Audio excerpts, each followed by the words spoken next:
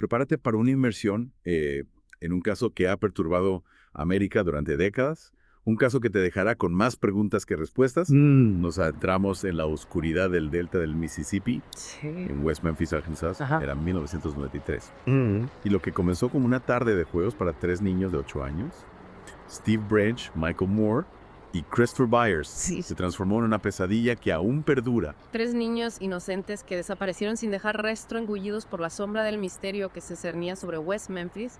Imagina la angustia de sus familias, la incertidumbre de toda una comunidad, hasta que el horror se materializó en un descubrimiento macabro. Un escalofrío recorre mi espalda al pensar en ese hallazgo, sus cuerpos hallados en un canal de drenaje, en un área boscosa conocida como Robin Hood Hills, Sí, presentaban un panorama desolador, desnudos, atados, con sus propios cordones de zapatos, en un patrón inusual. exacto. Un detalle que nos susurra que no se trató de un simple accidente. Cada detalle, cada elemento de la escena del crimen era un grito silencioso pidiendo una explicación. Es verdad.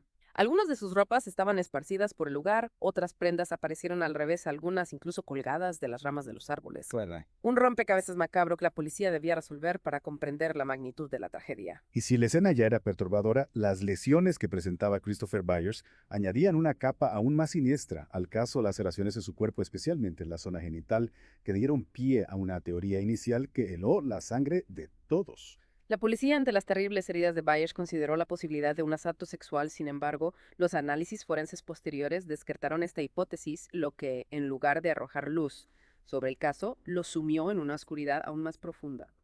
Y ahí es donde entramos en el terreno de las especulaciones, donde la verdad se esconde entre un laberinto de interpretaciones.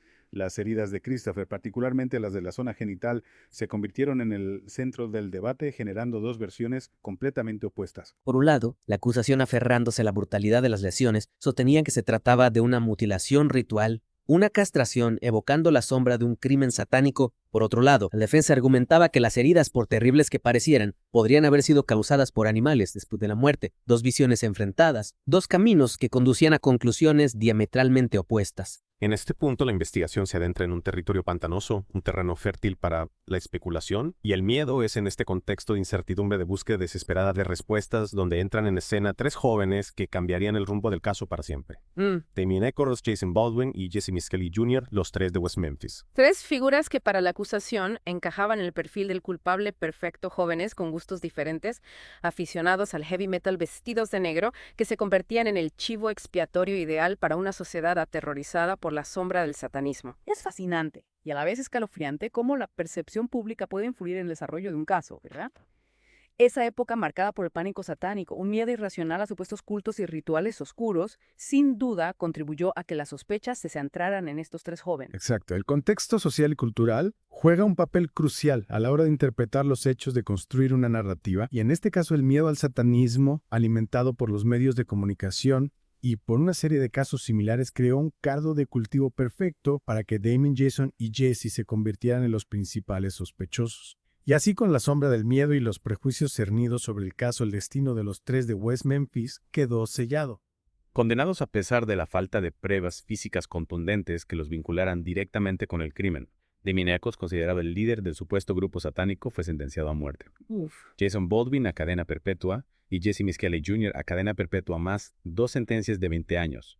Un veredicto que dividió a la opinión pública y que marcó el inicio de una batalla legal que se extendería durante casi 2 décadas. Es aquí donde la historia da un giro inesperado, donde la lucha por la verdad se convierte en un movimiento que trasciende las fronteras de West Memphis. Documentales como Paradise Lost, Sí. que diseccionaron el caso con una mirada crítica y revelaron las inconsistencias de la investigación, despertaron la conciencia de miles de personas en todo el mundo. Paradise Lost fue una pieza clave en este rompecabezas, ¿verdad? Recuerdo haberlo visto y quedar impactada por la fragilidad de la justicia, por cómo las convicciones personales y el miedo pueden llevar a conclusiones erróneas. No solo expuso las dudas sobre la culpabilidad de los 3 de West Memphis, sino que también amplificó sus voces, les dio una plataforma para que el mundo escuchara su historia. Exacto. La película actuó como un catalizador, despertando el interés de figuras públicas, celebridades, músicos, gente con la capacidad de llegar a una audiencia masiva y de poner el caso en el punto de mira. Y es imposible no mencionar la conexión con Metallica. Recuerdo que su música en los documentales, especialmente en Paradise Lost, ayudó a que el caso resonara con una generación más joven. Y luego la creación del álbum Rise Above, con artistas como Henry Rollins reversionando temas de Black Flag, no solo recaudó fondos para la defensa legal de los tres de West Memphis, sino que también se convirtió en un símbolo de la lucha por la justicia. La música en este caso se transformó en una herramienta poderosa no solo para dar visibilidad al caso, sino para movilizar a la gente, para generar un sentimiento de solidaridad con Damien, Jason y Jesse.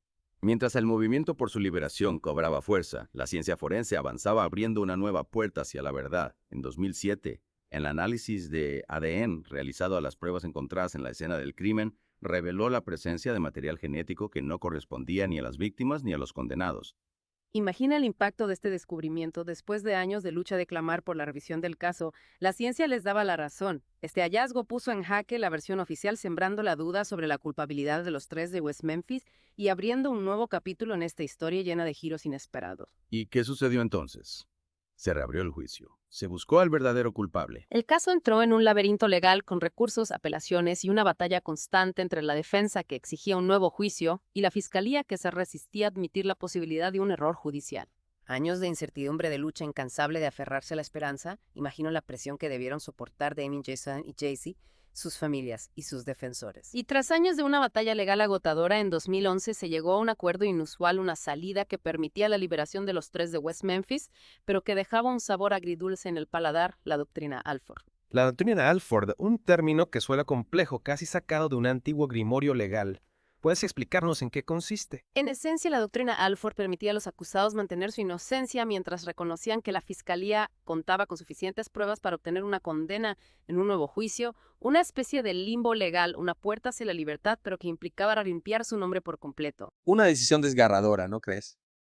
Elegir entre la libertad con la sombra de la duda, aún planeando sobre ellos, o seguir luchando por la absolución total, arriesgándose a permanecer en prisión de por vida. Exactamente, y en este punto el caso de los tres de West Memphis nos enfrenta a una profunda reflexión sobre la justicia, sobre sus límites, sobre sus imperfecciones.